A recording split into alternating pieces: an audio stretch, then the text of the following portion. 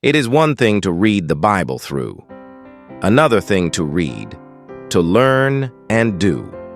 Some read it with design to learn to read, but to the subject pay but little heed. Some read it as their duty once a week, but no instruction from the Bible seek, while others read it with but little care, with no regard to how they read nor where. Some read it as a history to know how people lived 3,000 years ago. Some read to bring themselves into repute by showing others how they can dispute. While others read because their neighbors do, to see how long 'twill take to read it through.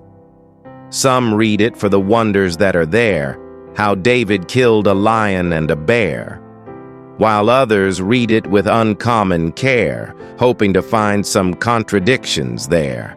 Some read as if it did not speak to them, but to the people at Jerusalem.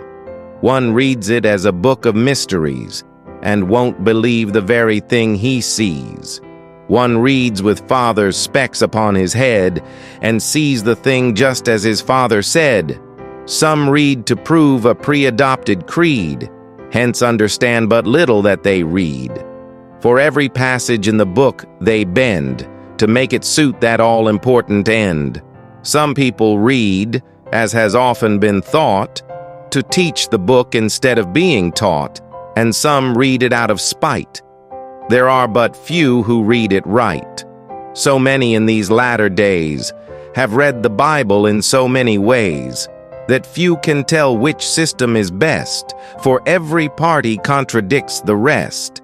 But read it prayerfully, and you will see, although men contradict, God's words agree. For what the early Bible prophets wrote, we find that Christ and his apostles quote. So trust no creed that trembles to recall what has been penned by one and verified by all. So, as Jesus asks in Luke 10:26, "How readest thou?" Meditate upon it,